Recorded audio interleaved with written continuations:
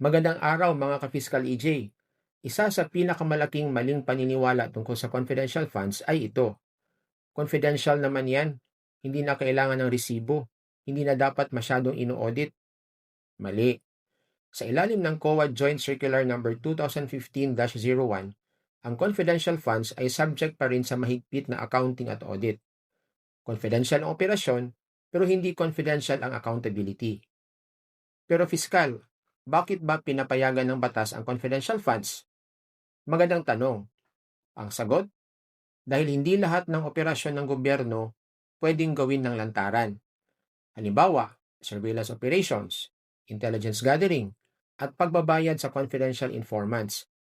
Kapag isinapubliko ang lahat ng detalye, pwedeng pumalpak ang operasyon at malagay sa panganib ang mga taong sangkot dito. Kaya pinapayagan ng batas ang confidential funds. Pero tandaan ninyo ito, hindi sinabi ng batas na dahil confidential ang pondo, hindi na kailangan ng ebidensya kung paano ito ginastos. Confidential ang operasyon, hindi confidential ang pananagutan sa pera ng taong bayan. Ngayon, narito ang ilang mahalagang legal points na dapat nating maintindihan tungkol sa confidential funds. Point number 1. Hindi blank check ang confidential funds. Hindi pwedeng gastusin ang confidential funds sa kahit ano lang. May limitasyon ang paggamit nito. Dapat may legal na layunin at may direktang kaugnayan sa isang confidential operation. Hindi ito pwedeng gamitin sa ordinaryong gastusin ng opisina tulad ng sweldo, bonus, representation expenses, entertainment, consultancy fees, at iba pang ipinagbabawal ng batas. Take note, public funds can only be spent for purposes authorized by law. Point number 2. Bawat piso may accountability. Bawat piso, hanggang sa huling sentimo. Bago ilabas ang pondo, kailangan may approved plan. Pagkatapos magamit ang pondo, kailangan itong maliquidate at may sapat na supporting documents. Oo, confidential ang operasyon, pero hindi confidential ang obligasyong ipaliwanag kung paano ginastos ang pera ng taong bayan. Point number 3. Ino-audit pa rin ng COA ang confidential funds. May mga nagsasabing hindi pwedeng busisiin ng COA ang confidential funds. Mali iyon. Ang COA ang constitutional body na inatasang mag-audit ng lahat ng public funds. Kasama rito ang confidential funds. Hindi lang ordinaryong audit ang ginagawa nila. May special audit procedure silang ginagamit para maprotektahan ang sensitibong operasyon habang tinitiyak na hindi naaabuso ang pera ng bayan. Again, confidential ang operasyon, hindi confidential ang audit. Point number 4. Pwede namang aliases o code names. Sinasabi ng mga kaalyado ni VP Sara na pinapayagan naman daw ng batas ang paggamit ng aliases o code names para maprotektahan ang identity ng confidential informants. Totoo iyon, pero hindi doon nagtatapos ang batas. Hindi lang nito pinapayagan ang paggamit ng aliases, naglalagay rin ito ng safeguards para maiwasan ang pang-aabuso sa confidential funds. Point number 5.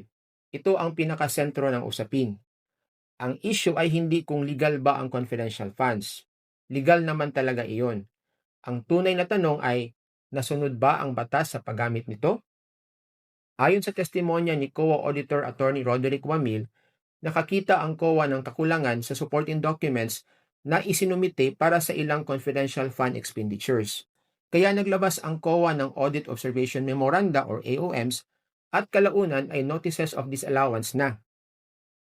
Mahalagang maintindihan ang ibig sabihin nito. Ang Notice of Disallowance ay hindi simpleng technicality. Ibig sabihin, batay sa audit at sa mga dokumentong isinumite, nakita ng COA na may kakulangan sa pagsunod sa mga requirements ng batas at auditing rules. Sa madaling salita, hindi nakumbinsi ang COA na sapat ang mga dokumentong isinumite ng OVP para mapatunayan ang tamang paggamit ng confidential funds. Point number 6. May acknowledgement receipt naman.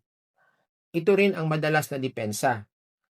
Oo, ang acknowledgement receipt ay maaaring magpakita na may tumanggap ng pera. Pero hindi doon nagtatapos ang audit.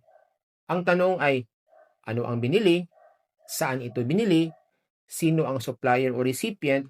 Magkano ang ginastos? Legal ba ang paggastos?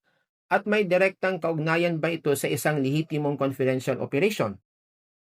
Sa testimonya ni COA Auditor Attorney Bamil, ang mga isinumite ng OVP ay pawang acknowledgement receipts lamang. Walang official receipts, walang sales invoices, at wala ring mga dokumentong nagpapatunay kung ano ang binili, sino ang supplier o recipient, at bakit confidential funds ang ginamit. Point number 7. Confidential kasi, kaya hindi pwedeng lahat may resibo. Isa rin ito sa laging depensa. Pero tandaan, confidential ang operasyon, hindi confidential ang tindahan, hindi confidential ang supplier, hindi confidential ang negosyong pinagbilhan. Kung ginamit ang pera ng gobyerno para bumili ng goods o services, kailangan pa rin ng tamang commercial documents at supporting records na naaayon sa transaksyon. Dahil ang pinoprotektahan ng batas ay ang operasyon, hindi ang accountability. Oo, legal ang confidential funds, pero ang pagiging legal ng pondo ay hindi otomatikong nangangahulugang legal na rin ang bawat paggastos nito. Kaya nga may audit, kaya nga may liquidation, kaya nga may COA. Kapag pera ng taong bayan ang ginastos, obligasyon ng gobyerno na maipakita na totoo ang transaksyon, legal ang paggastos, at nasunod ang lahat ng safeguards na itinakda ng batas. Dahil sa huli, ang salitang confidential ay hindi maaaring maging depensa laban sa accountability. Pera ito ng taong bayan, at ang pera ng taong bayan ay dapat may malinaw at matibay na ebidensya kung paano ito ginastos. So hanggang dito na muna tayo. Kita-kits sa sunod na Legal Explainer. Ako si Fiscal EJ. Maraming salamat po.